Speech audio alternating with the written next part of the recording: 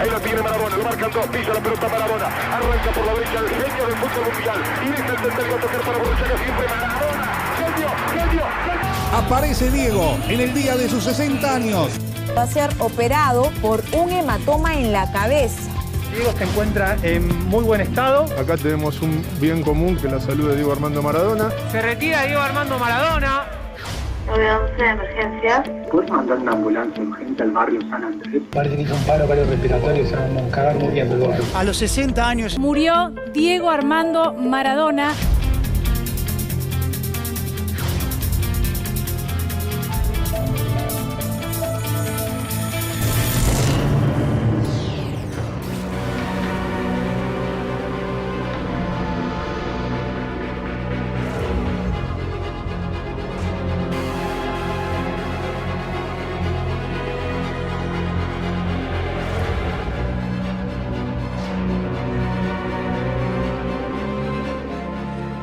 Muerte evitable.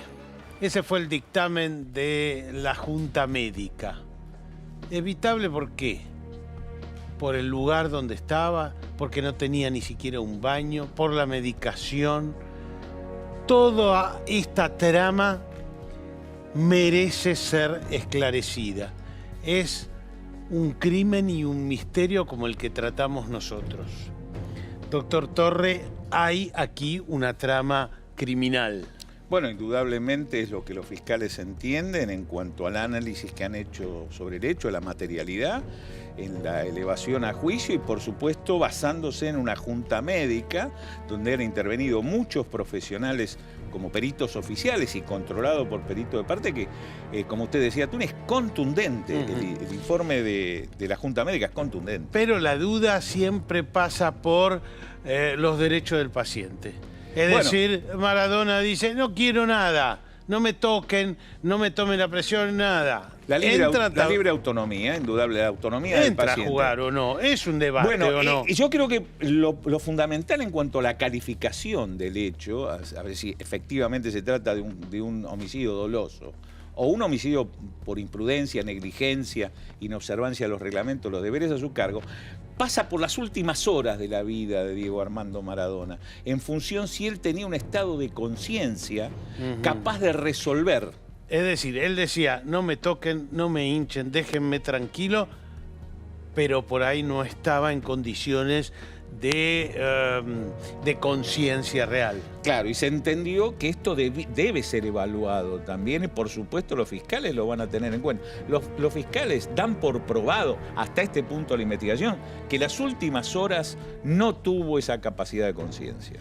La muerte de Diego Armando Maradona, estos dilemas, ¿es una muerte evitable? Y además, las peleas después de la muerte por la herencia de Maradona. Esta es la historia. aparece Diego en el día de sus 60 años, en el día de su cumpleaños. Tras su cumpleaños número 60, Maradona era internado al presentar un cuadro clínico preocupante. Se detectó que el entonces entrenador de Gimnasia y Esgrima de La Plata tenía un coágulo entre el cráneo y la base del cerebro. Va a ser operado por un hematoma en la cabeza. La intervención tuvo un resultado exitoso, de acuerdo a lo anunciado por su médico personal y neurocirujano, Leopoldo Luque. Diego se encuentra en muy buen estado, la verdad que anímicamente con ganas de irse a la casa, con los doctores de la terapia en conjunto, estamos evaluando la posibilidad de una alta clínica. Acá tenemos un bien común que está por encima de todo, que es la salud de Diego Armando Maradona, y tenemos que estar todos juntos para que él esté bien y se siga recuperando. 8 días más tarde, el 11 de noviembre, Maradona era dado de alta y trasladado a una casa en el barrio privado San Andrés. Diego está entero, Diego está firme, hay Maradona para rato y lo que hace falta ahora es una unión de la familia y estar rodeado de profesionales de la salud. ¿Se va hoy? Tienes la alta firmada, nos vemos. Bueno, mientras está saliendo la ambulancia en la que se retira Diego Armando Maradona. El 25 de noviembre, el mundo recibía una noticia tan sorpresiva como trágica. 911 de emergencias. ¿Puedes mandar una ambulancia urgente al barrio San Andrés? ¿Qué pasó? Hay una persona que se encuentra aparentemente en paro cardiorrespiratorio, médicos asistiéndolo. ¿Es un hombre o una mujer? Un hombre. ¿Sabe la edad más o menos? 60 años aproximadamente. Bueno, señor, su nombre y apellido. Leopoldo Luque. Murió Diego Maradona. Murió Diego Armando Maradona. A los 60 años, en un año de mierda para toda la humanidad, murió Diego Armando Maradona.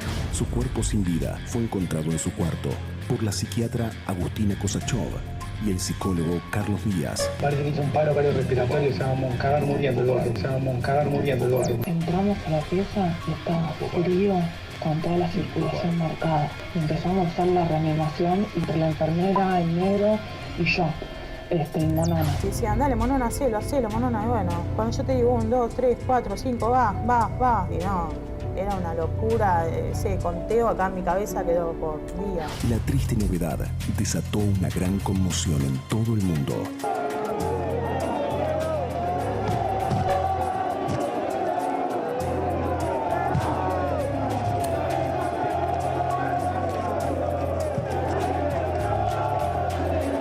El fallecimiento de Maradona quedó de inmediato bajo la lupa de la justicia penal, que decidió investigar la situación haciendo foco en el rol del cuerpo médico interviniente. Según arrojaron los resultados de la autopsia, Maradona estuvo 12 horas en agonía y si hubiera sido atendido a tiempo, su deceso podría haberse evitado. ¿Cómo estás con el tema de la causa que cambió de carátula, no? Uno trata de entender los fundamentos, el porqué de esa decisión y honestamente no la encuentro. Orlando Díaz es el juez de garantías de San Isidro. Determinó que los 8 responsables señalados por la Fiscalía de la muerte de Diego Maradona vayan a juicio. A 2 años de su partida, aún siguen latentes interrogantes que se repiten. ¿Por qué tuvo que morir así Maradona? ¿Alguien irá preso por lo sucedido? Doctor Carmelo Napoli, la Junta Médica dijo era una muerte evitable. ¿Cuál es su mirada como médico? A ver, la muerte en sí mismo no es evitable. Es decir, cuando hay un proceso de muerte no es evitable. Lo que se puede hacer es prolongar la existencia. ¿A Maradona se le podía haber prolongado la existencia? Seguramente sí, porque la Junta Médica fue categórica en muchos aspectos. Es decir, cuando los colegas prejuzgan a los colegas, es complicado, porque no se pueden poner en un rol que no le corresponde. Pero digamos que en el aspecto más médico de lo que hizo la Junta Médica, del análisis de los antecedentes, uno puede sospechar, puede inferir que hubo cosas que no se hicieron bien, que se podían haber hecho mejor. Por ejemplo, hay un montón de testimonios que dicen que Diego estaba hinchado y que eso ya demostraba de alguna manera el peligro. Claro, el peligro inminente de que algo iba a suceder. Es decir, esto, la autopsia que dijo que era una miocardiopatía dilatada, que derivó en una insuficiencia cardíaca. La insuficiencia cardíaca es un proceso más crónico que agudo, a veces se reagudiza, y después vino lo que se llama el edema agudo de pulmón, la nasarca, que es el encharcamiento de todo el cuerpo, y después lo que fue la muerte súbita. Esa fue la conclusión. Ahora, para llegar a eso hay un paso previo. Si esos pasos previos no se detectan, es dejar al libre albedrío su asistencia. Y eso fue lo que habló de temeridad. Cuando la Junta Médica habló de temeridad, está hablando de eso, ¿no? Dejar a la buena de Dios, dejar al arbitrio de que el cuerpo resuelva lo que tiene que resolver, cuando podía estar en otro lugar con una mejor asistencia y tal vez con otros medios para ser asistido. La Junta Médica, por ejemplo, dice la medicación no era adecuada frente a un panorama en el cual se veía venir un edema. Bueno, cuando nosotros vimos ahora en el tape una síntesis de lo que fueron los últimos momentos de Maradona, las últimas semanas de Maradona, indudablemente cuando salió de la Clínica Olivos. De la Clínica Olivos salió relativamente bien, porque operar de la cabeza en ese contexto, ¿no?, que es un hematoma subdural, es para un neurocirujano una cirugía menor, si se quiere. Yo digo cuando salió del túnel de la cancha de Gimnasia y Esgrima, que ya se veía que estaba muy deteriorado, anímicamente y físicamente. No podía ni hablar. No podía ni hablar, y que aparte lo llevaban, no es que él quería ir tampoco por su propia voluntad. Y con respecto a lo que vos decías recién, Tuni, con la medicación, quizás la medicación, vos tenés que separar lo que es la parte psiquiátrica, que era el tratamiento de su dependencia, de su consumo problemático al alcohol, consumo problemático al alcohol, y su aspecto cardiológico y su aspecto clínico en general, sí. Porque la autopsia no solo determinó que él tenía un corazón grande, que todo el mundo le llamó la atención, no, el corazón de Maradona es el doble de una persona normal, y él fue deportista, y fue deportista de alta competencia, y todos los deportistas de alta competencia tienen un corazón más grande, quizás no tan grande, pero lo adaptan al físico, pero también tenía el hígado mal, los riñones tampoco funcionaban bien al final. Entonces había que tenerlo en un tratamiento, en un contexto donde quizás un médico clínico, un coordinador más, una eficacia más dirigida, pero claro, es lo que nosotros hablamos siempre, Tuni. Vos tratás a un paciente, a una persona o a un ídolo. Entonces, cuando vos no marcás esa diferencia, te subsumís a la persona, al ídolo. Bueno, pero en entorno. eso que estás diciendo, cuando tratás un ídolo, el ídolo es difícil. Es difícil. Es difícil. Pero también entras en un terreno en el cual alguno te dice, y bueno, es el derecho de él. Claro. Sí, pero a ver, el derecho de las personas cuando están lúcidos y pueden discernir es una cosa. Y cuando la lucidez está perturbada de alguna manera. Como se veía en la cancha de gimnasia. No podés decidir por vos mismo porque vos no tenés la capacidad de discernimiento que se necesita para conocer la gravedad de tu cuadro. Entonces vos perdés perspectiva. Cuando vos te involucrás en el ídolo y no en el paciente, perdés perspectiva. Ahora, si vos te querés quedar en ese entorno porque es Maradona y porque vos vas a ser famoso y porque tu currículum se infla y todo lo demás, es una cosa. Y otra cosa es cuando vos tenés que el paciente te tiene que obedecer a vos en todos los aspectos, tanto sea en la parte psiquiátrica para tratar el consumo problemático, como en la parte clínica para tratar sus afecciones. 12 horas de agonía, si alguien hubiera entrado, advertido, etcétera, etcétera, se hubiera podido evitar médicamente hablando, o no sabemos. Bueno, nosotros no podemos hablar de futurología ni podemos, digamos, emitir una opinión válida cuando la gravedad del cuadro no se conoce. Pero cuando vos entras en agonía, de la agonía es muy difícil volver. Una cosa es volver de una parada cardíaca, donde vos le haces usás un desfibrilador, o usás un medio idóneo, le das un inotrópico, es decir, le das algo para que el corazón vuelva a salir a flote, vuelva a latir. Y otra cosa es cuando vos estás en la agonía, que ya es un proceso. La agonía es un proceso, todo el mundo tiene agonía antes de morir. Algunos la tienen prolongada, otros la tienen corta, pero la agonía es un proceso dentro de la muerte. Y cuando vos estás hablando del proceso de la muerte nadie vuelve. Ahora, de una parada cardíaca, de un stop cardíaco se puede volver. Es decir, había alguna chance de rescate. Había alguna chance, pero lo que me parece es que no se puede dejar a un paciente estar agonizando, ese es el tema. Vos no podés llamar a la ambulancia cuando el paciente está muerto. Entiendo. Ese es el tema. Vos tenés que verlo al paciente cotidianamente. Ahora, si el paciente no te quiere ver a vos, no quiere ver al enfermero, no quiere ver a los médicos, no quiere ver a nadie, alguien tiene que decir, bueno, muchachos, agarrémoslo, llevémoslo, induzcámoslo y listo, y se terminan las cosas. Y después aguantemos las consecuencias con los familiares, con el ídolo, quien sea. Pero vos tenés que hacer algo. No podés quedarte pasivo. Gracias, doctor. No, por favor. La muerte de Diego Maradona, las responsabilidades, cómo fue ese grupo que rodeó a Maradona en el último tiempo. Esta es la historia.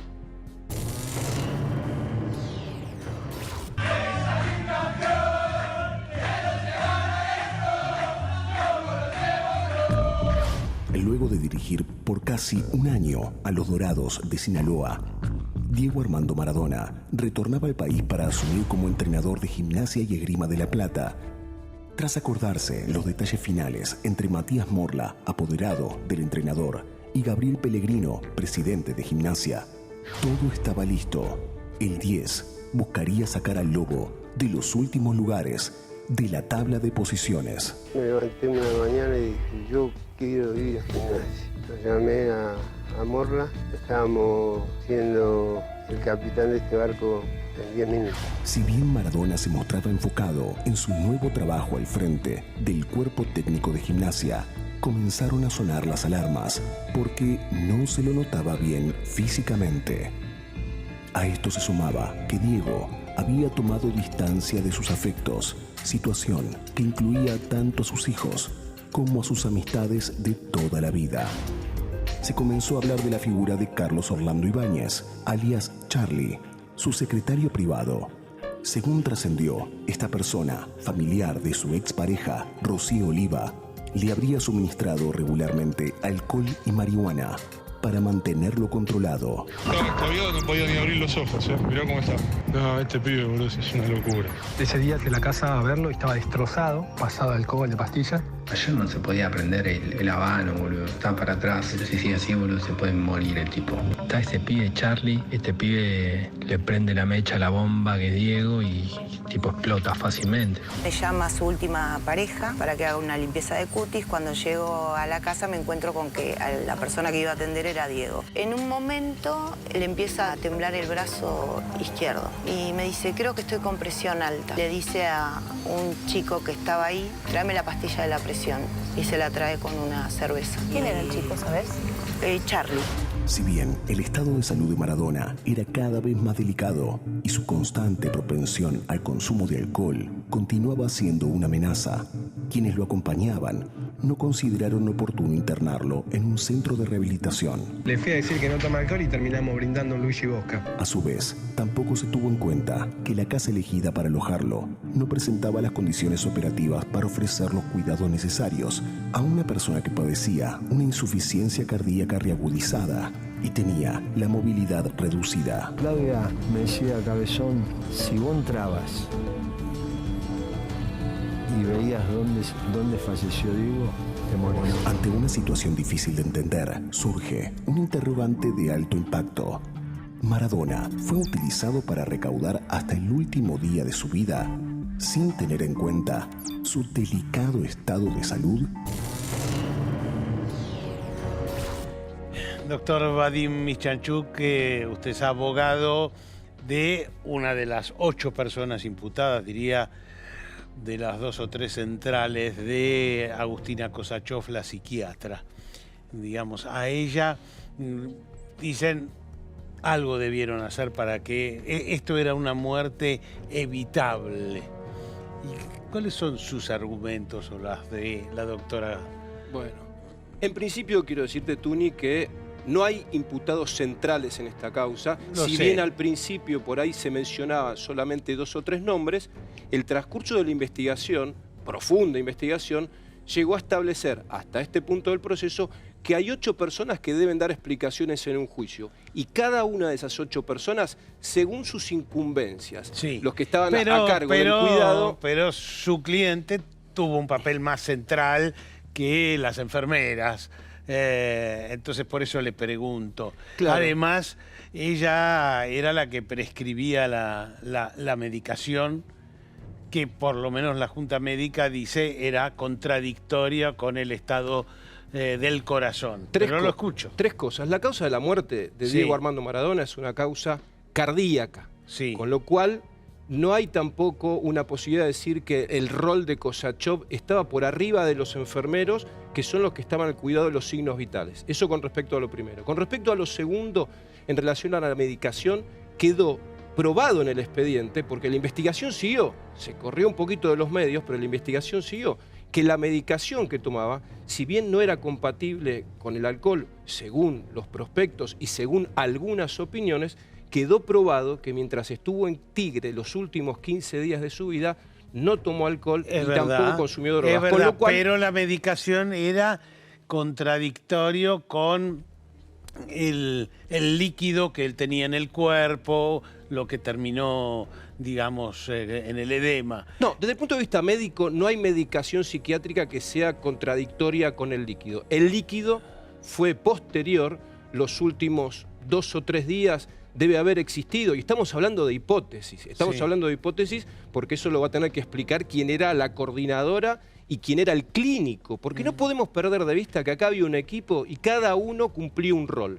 Un coordinador o coordinadora de la prepaga, un médico clínico puesto por una empresa tercerizada que estaba a cargo de esa internación domiciliaria, y Kosachov a cargo de la parte de su salud mental, de la parte psiquiátrica. Y tenemos que recordar que Maradona no se suicidó, Maradona no falleció por un exceso de alcohol o de drogas. Desde el punto de vista de la salud mental, la actividad de Kosachev no tiene ningún tipo de relación con la lamentable muerte que tiene que ver con que en el último periodo, en medicina, 2 más 2 no es 4, serán 24 horas, serán 36 horas. Pero serán 36 horas. Cuando Pero sale de la acumulación clínica, la clínica dice, mire, internelo, llévelo a un centro de rehabilitación, y donde va a estar más controlado. Porque acá hubo bastante descontrol, estuvo 12 horas y nadie le dio bolilla. Haceme una pregunta a la vez. Te voy a contar una novedad de la causa. En el expediente declaró el director de la Clínica Olivos. ¿Y sabes lo que dijo?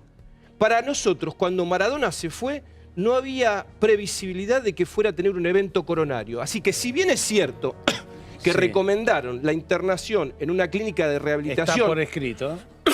De rehabilitación de su problema de consumo problemático, no es menos cierto que el director de la Clínica Olivos dijo que para ellos no era previsible que él pudiera tener un evento coronario en un periodo de tiempo cercano, porque los días que estuvo en la Clínica Olivos estuvo conectado a un aparato que se llama multiparamétrico y el corazón no le falló ni una sola vez. Con lo cual, si hubiera habido alguna necesidad de control cardiológico, desde la Clínica Olivos hubieran indicado, señor, usted tiene que ser visto por un cardiólogo. Y eso no ocurrió. Ellos dijeron, para nosotros tiene que ir a una clínica de rehabilitación. Pero lo que sucede, Vadim, es que hay declaraciones que dicen, ya lo veíamos hinchado, ya lo veíamos que estaba con un cuadro que después derivó en el edema. Pero, Tuni, no se puede analizar declaraciones de manera abstracta.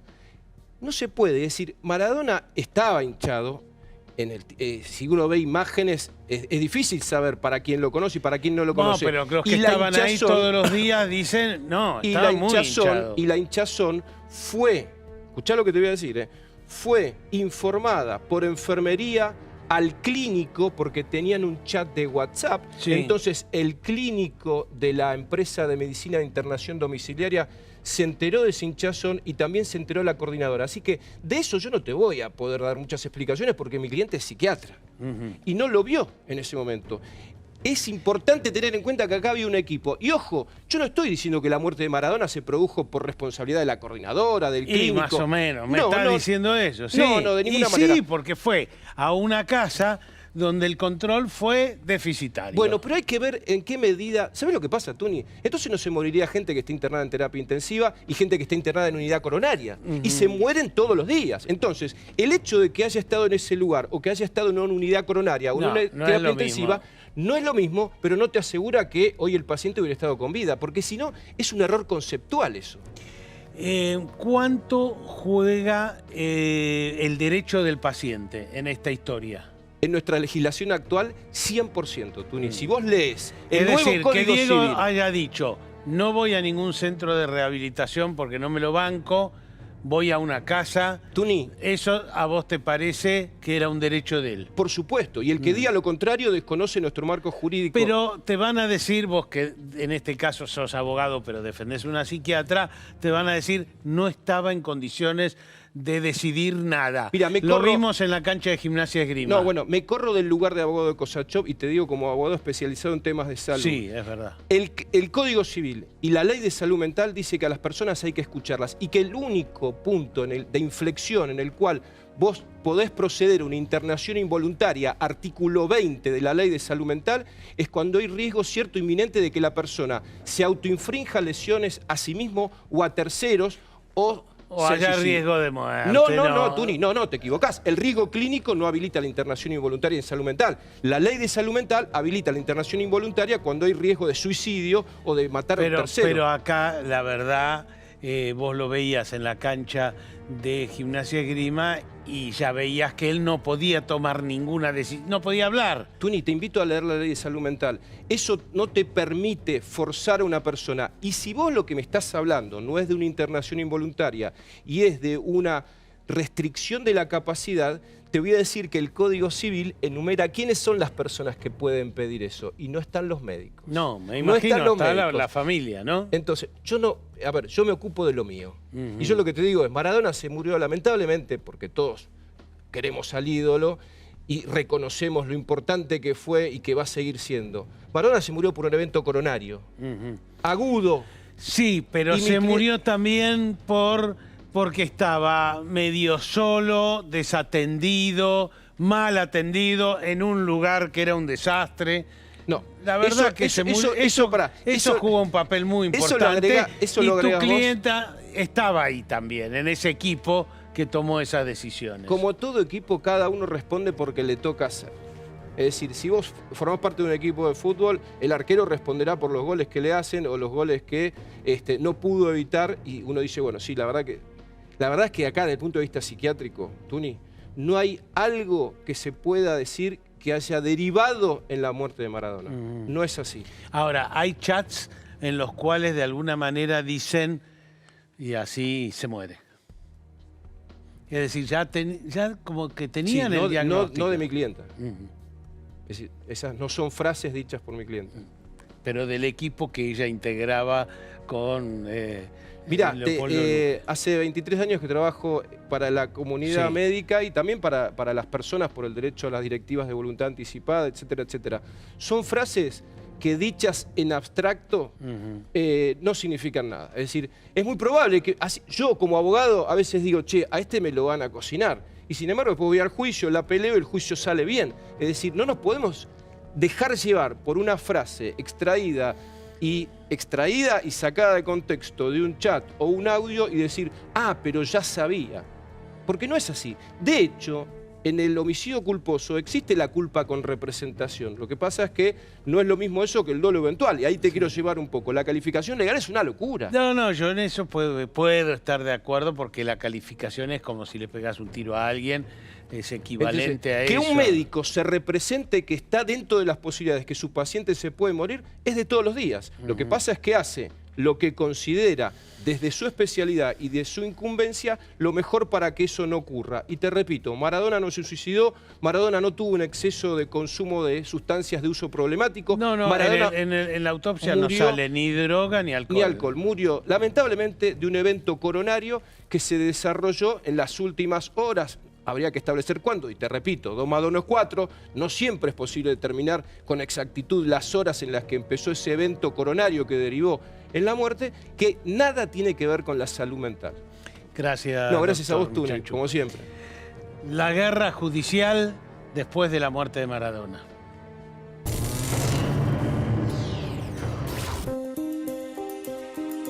Una de las grandes disputas en la sucesión de los bienes de Diego Armando Maradona se enfoca en el control de su marca. El origen de la discordia data de 2015, cuando el 10 habría decidido ceder su registro a Matías Morla, quien en ese momento era su apoderado. Así fue que se constituyó la empresa Sadvica, propietaria de las marcas Diego Armando Maradona. La firma fue creada por Morla para la explotación de nuevos negocios y destina el 50% de los ingresos para el sostén de las hermanas de Diego. La marca estaba escrita a nombre de Sadvica, su presidente es Morla y sus hermanas, las hermanas de Diego, tenían derechos a la explotación de esa marca. Maradona le cedió a sus herederos el 50% de los ingresos por los derechos de su imagen. Tras la partida de Diego, se desató una intensa guerra judicial entre Dalma y Janina por un lado y Morla por el otro. Son gorda, mala y desagradecida. Es una gorda, ingrata, desagradecida, negra, fea, gorda, ladrona. Es maldita, boludo. Maleducada de mierda. Gorda nefasta, boludo. Las hijas de Maradona formalizaron 3 presentaciones judiciales para denunciar que la cesión de derechos, esgrimida por el ex apoderado de su padre, se habría logrado de manera fraudulenta. La justicia revocó las medidas cautelares, ya que la marca Maradona, que es la sociedad Sadvica, la podemos empezar a explotar. Lo de la marca Maradona es así. Vos podés inscribir en cada país del mundo la marca Maradona. Para poder inscribir por el Pacto de París, hace falta que la persona dé un consentimiento expreso. Y así Diego mandó a registrar su nombre como marca en 24 países que se hizo la inscripción. El intenso litigio se dirime también en la justicia de los Estados Unidos. La justicia de Estados Unidos les prohibió a Dalma y a Janina usar la marca Maradona y las obligó a devolver las redes sociales. fue la Corte Federal del Distrito Sur de Florida. La guerra judicial por la herencia de Diego Maradona continúa desarrollándose sin tregua entre Matías Morla y buena parte de la familia del 10.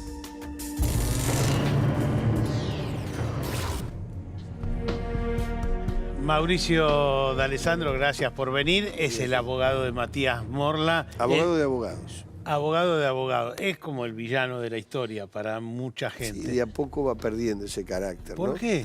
Y porque cuando vos ves que se pelean por un mural, no sé, vos me imagino que mirarás un poco la tele, sí, y alguna vez te debe causar cierta repulsión a la pelea por dinero detrás de la muerte de Maradona. Y bueno, pero de alguna manera en esa pelea por dinero Matías Morla aparece también. Y claro, era la pelea que tenía Maradona con ellos. No te olvides que Maradona estaba peleado con muchos de sus herederos por cuestiones económicas. No sé si vos lo recordás. Por supuesto que recuerdo.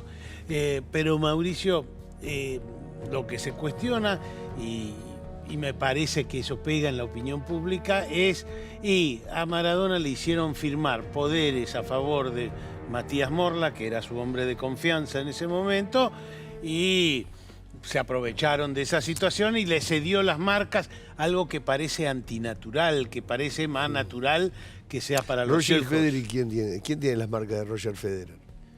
Y supongo que su familia. No, una sociedad que formó Roger Federer con su sponsor.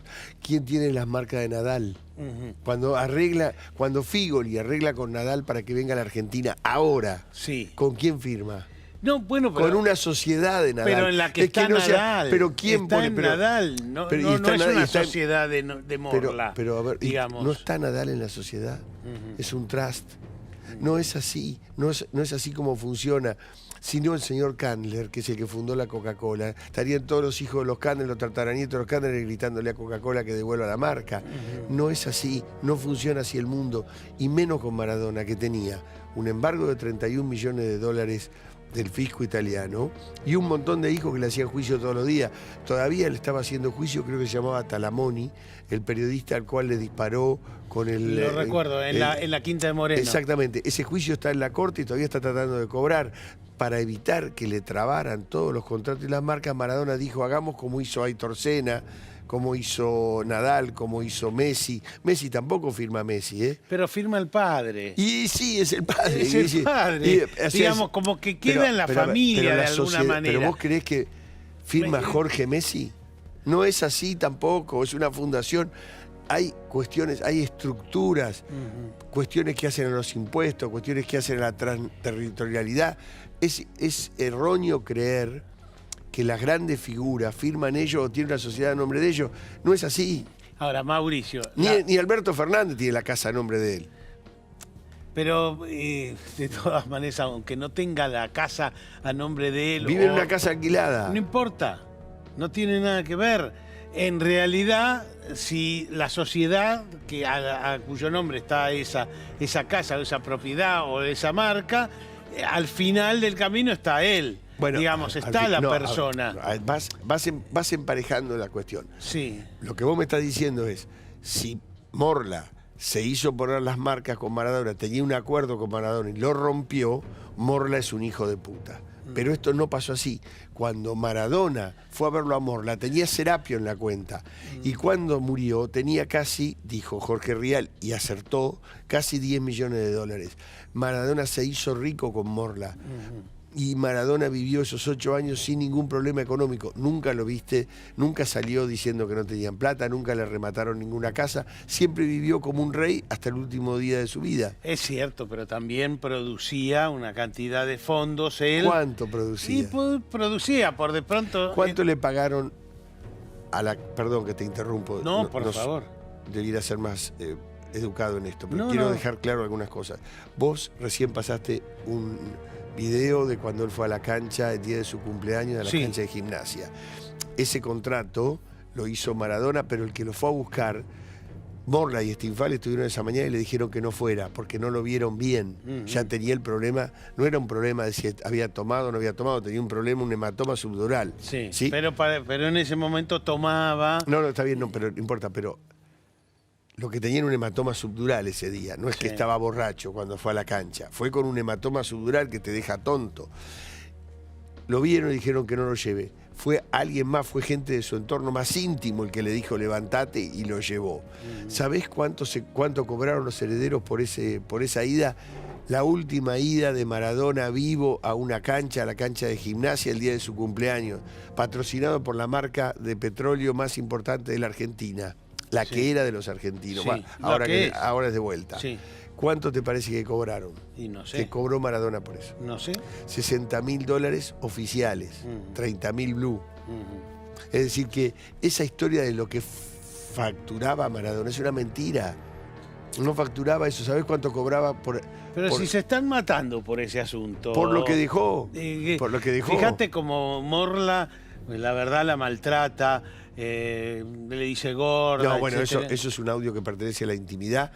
Entiendo que es porque me pareció reconocer la voz, pero es un audio que pertenece a la intimidad. Yo tengo 648 audios de Maradona a sus hijas y contestaciones, y nosotros nunca dimos un audio de esos a publicidad, donde seguramente Morla sale yo los he escuchado, sale beneficiado y muestra una historia diferente en la relación de Maradona con sus seres más queridos. Nosotros nunca dimos a publicidad ninguno de esos audios, porque entendemos que pertenece a la intimidad de Maradona y de Dalma, Yanina y Claudia. ¿No es lógico que los herederos sean los dueños de la marca? No. No. ¿Por qué no es lógico? Porque cuando vos sos el dueño de una marca, como era Maradona, se lo das a quien se le canta el culo. O sea, ¿quién te dijo a vos que se lo tenés que dar a los herederos? Pero porque así es la ley. No, la ley dice que cuando te morís, cuando estás vivo, se lo das a quien se te antoja. Sí. Mirá si mis hijos me van a decir ahora, papá, no vendas ese autito porque yo tengo uno muy lindo de colección. No lo vendas porque lo quiero para mí. Pero resulta difícil de entender que hoy haya una marca Maradona que no esté en manos de los hijos y que esté en manos de su abogado. Pero ¿y por qué la Coca-Cola no te preocupa la familia Candler, que fueron los fundadores de la Coca-Cola? ¿Por qué? Porque no es así en el mundo, no funciona así el mundo. Pero una cosa es una marca que es marca Pirulo y otra cosa es el apellido. Aitor Senna, ¿te gusta? Sí. No pertenece a la familia de Aitor Senna, se vende el reloj Hublot, que Aitor Senna, que es uno de los mejores, de los más lindos, de los más buscados, no le pagan regalías a la familia de Aitor Senna porque se vende, porque Maradona tenía negocios donde resolvía, a cambio de un pago o de una regalía, darle a otro la titularidad. ¿Quién es el presidente de Sadvica hoy? Pregunta. ¿Quién es el presidente? Vos sos uno de los mejores periodistas en investigación. ¿Quién es el presidente de Sadvica? Bueno, en teoría Matías Morla. ¡No! Bueno, no, pero... La hermana de Maradona. Bueno, pero... ¿De qué viven las hermanas de Maradona? No me hagas enojar. No me hagas enojar. ¿De qué viven las hermanas de Maradona? Como para golpe. ¿De qué vive? ¿Hay plata? Cobraron $2.600.000 en Dubái, los herederos. ¿Le dieron algo a las hermanas de Maradona? No sé, no le dieron nada. No le dieron nada. Lío. ¿Quién mantiene a las hermanas de Maradona? Las ayuda a vivir bien. Maradona desde el cielo, porque le dijo al oído a Matías Morla, ocupate de mis hermanas. Entonces no hubo traición. La traición, Mauricio, fue de otros. La acusación, Mauricio, es en Dubái le hizo firmar a Maradona una cesión de derechos y eso fue irregular. Te escucho. ¿En qué sentido fue irregular? Y que Maradona no ¿A dónde se firmó esa cesión? Bueno. ¿A dónde? Además, los familiares dicen que aquí, en Dubái... Sí, en Dubái. ¿A dónde se firmó en Dubái? ¿En la casa de Maradona? No. En la corte de Dubái, frente a un funcionario público de Dubái y avalado por el consulado, por la embajada argentina, que son todos estafadores, los de Dubái, el embajador argentino, el cónsul argentino, todos los que suscribieron y dieron fe de que Maradona estaba en sus cabales cuando lo hizo. Y te digo algo más. Sí. ¿Cuántas donaciones hizo Maradona durante los 8 años de Morla? No lo sé. Por escritura pública. No 5. ¿Por cuánta plata? No lo sé. $5 millones. Ajá. Los mismos que hoy reclaman que Maradona estaba gagá y no podía ceder las marcas son los que se llevaron los 5 palos. Se llama alegar no solo los hijos. Se llama alegar tu propia torpeza. Los hijos y Rocío Oliva. No es Rocío la que reclama, es la más digna de todas. Gracias, Mauricio. No, gracias muchísimas gracias. Diego Maradona, ídolo popular. Esto es. Mi primer sueño es jugar en el Mundial y el segundo es salir campeón.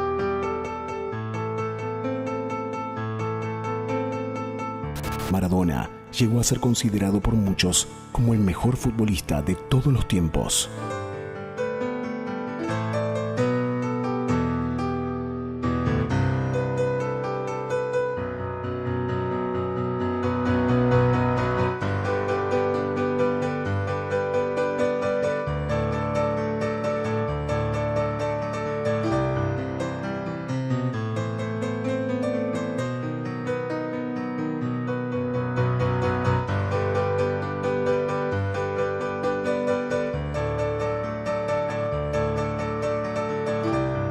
Me duele mucho porque me cortan las piernas. Yo me equivoqué y pagué, pero la pelota no se mancha.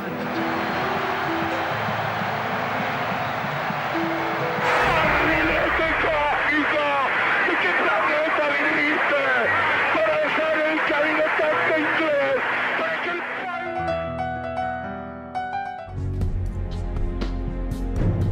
Ernesto Cherkis Vialo aquí con nosotros. La verdad, 60 años. ¿Por qué murió Maradona? No sé si murió o dejó que la muerte le llegara. Porque siempre había luchado contra la muerte.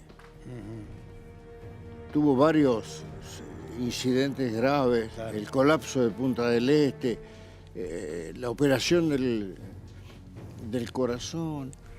Y ahora, el día que cumplió los 60 años, que salió a la cancha de Gimnasia, que todo el mundo lo vio... Un desastre. Muy mal. Muy mal. Sí. Un desastre. Una imagen innecesariamente cruel para exhibir públicamente. Los que lo convocaron sabían cómo estaba. Y además estaba empastillado. Ajá.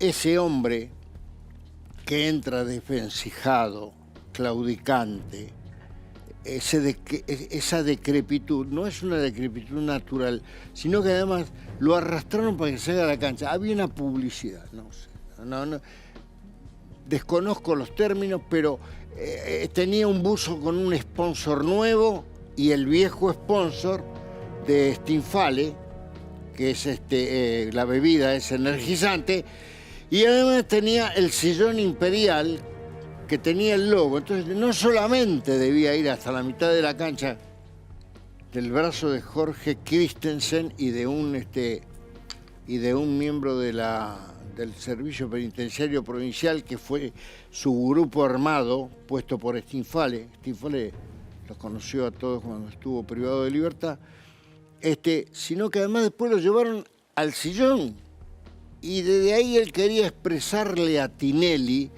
la necesidad de ver si le podía dar una mano a la piba Oliva, que era su última pareja.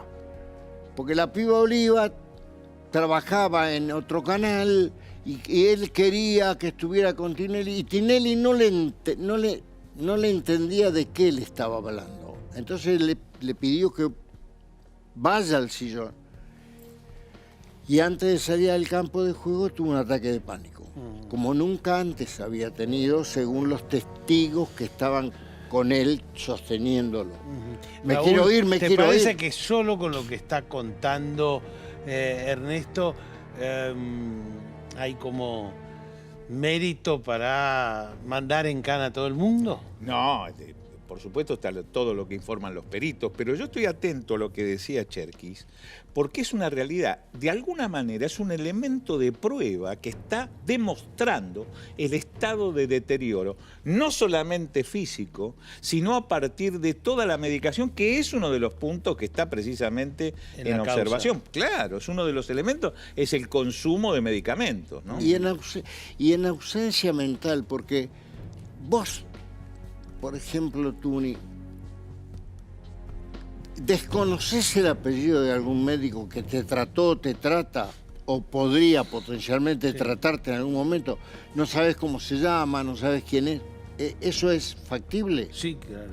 Me puedo olvidar de apellido. Bueno, Maradona no sabía quién lo trataba. Bueno, pero de hecho había una interactuación de muchos médicos.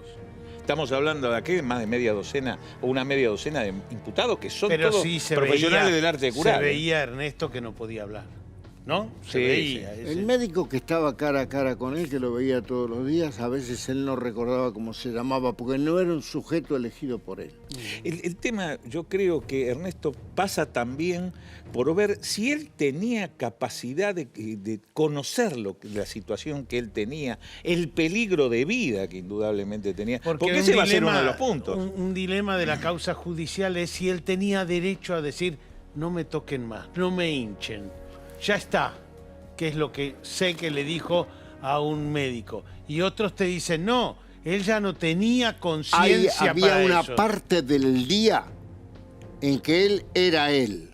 Y había otra parte del día en que él era sujeto de la actuación de los demás. Es decir, él ya, después de las 6 de la tarde, él perdía la capacidad de mando. Bueno, no es un dato menor. Era rehén.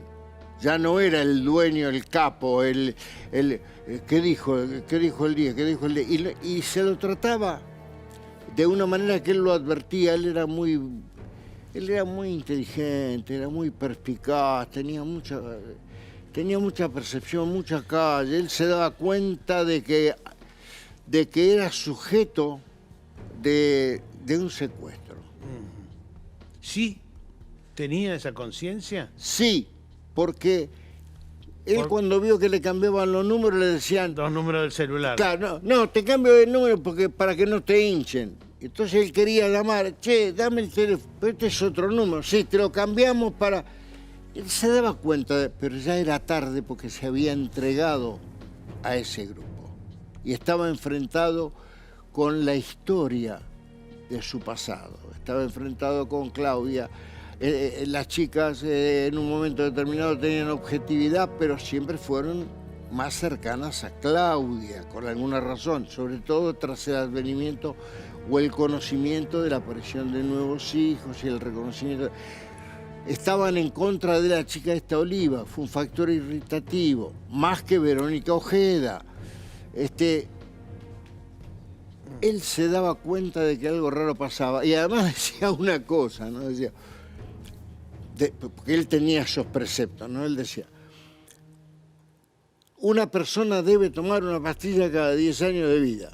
Yo tengo 60 años, debo tomar 6 pastillas para estar bien. Tomo 14, algo no anda bien, decía él. Y entre las 14 se repetían aquellas que operaban como sedantes, cuasi somníferos, que a veces las bajaba con champán. Con lo cual el cóctel entre el champán y la marca comercial más conocida, que es Rohypnol, mediciones de medicamentos psicoactivos ha arrojado la autopsia y se habla, surge de los testimonios, el consumo de alcohol, lo que es claramente antagónico. Lo que pasa ¿no? que no en la autopsia. En la autopsia él no tenía alcohol y no tenía cocaína. No. Cuando me refiero a sustancias psicoactivas, digo, eso pasaba en La Plata, con todo este panorama que contamos del último día, en la cancha, el día del cumpleaños. En realidad fue el día del cumpleaños, es el último día. Sí. No, pero él tenía un consumo habitual, medicamentoso, de antipsicóticos y tranquilizantes, porque también había que frenar su eventual drogadependencia, ¿verdad? Sí. No. Además, cuando se ponía en contradicción con algo, le daban para tomar. Le daban pastillas, entonces firmaba. Contrato del AFA. Él firmó el original, había que firmar 11 copias por los registros FIFA, Conmebol, la AFA, bueno. Dejá que yo te lo firmo, dice Morla. Y Morla le inicialó todo lo que no fue el final del contrato, con lo cual, también tiene indicios de que se pudieron haber firmado otros contratos, porque Maradona confiaba plenamente en su apoderado. ¿Dirías que estaba consciente? Es decir, que cuando él le decía al médico, al director de la clínica Olivos, ya está, yo ya viví, no me jodan más, no me toquen más. ¿Es palabra a tomar en cuenta o es palabra dudosa?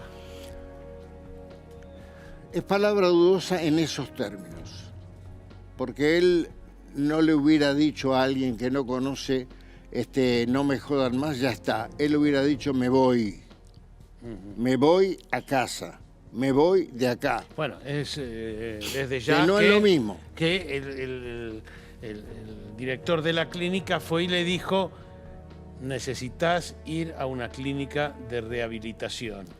Y él le contestó, no me jodan más. Yo ya viví, no quiero saber. Surge de los testimonios que no era un paciente fácil. No. Bueno, el biógrafo da... No, era muy difícil, sobre todo cuanto más energía tenía, peor estaba. Por eso lo que hacía era quitarle energía y quitarle además capacidad de discernimiento, que la energía le dé discernimiento como para pelear cosas. Claro.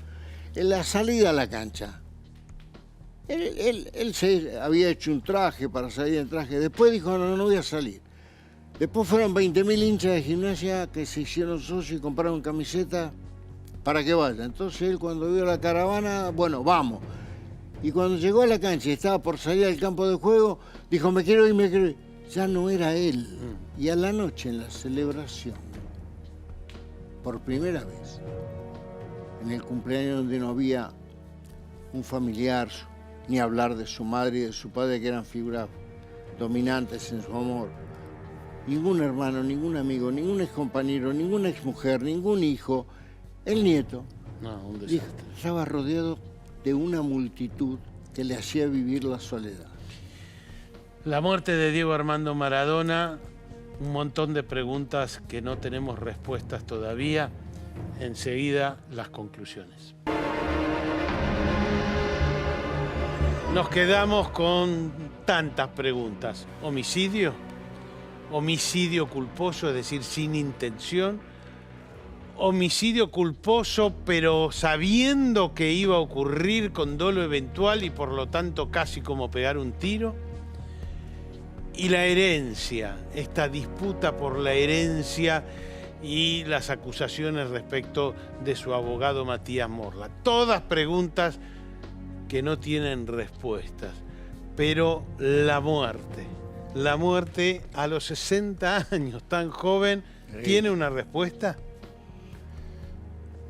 La soledad, la falta de amor. Cumplir 60 años y no tener en la mesa nadie a quien decirle te quiero. Y nadie que configure un rostro amigo, una mano amiga, alguien vinculado a la vida, un montón de gente brindando, champán, carnaval, feliz cumpleaños. Y de repente, por primera vez en su vida, Maradona vio rostros ajenos, ninguno conocido, ninguno querido, ninguno recuperable. Y entonces brindó por los ausentes y dejó que la muerte le llegara. ¿Así? ¿Dejó que la muerte le llegara? Sí, ya le daba lo mismo. Y judicialmente eso... Y judicialmente va a ser muy complicado, creo yo. Va a haber que definir, como decía usted, Tuni, ¿estamos en un homicidio por dolo eventual? ¿Estamos en un homicidio simple, doloso solamente, o es un homicidio culposo? Yo creo que ahí va a transitar el camino judicial indudablemente, más allá del aspecto humano, que es lo que de algún modo nos hacía saber Ernesto, ¿verdad?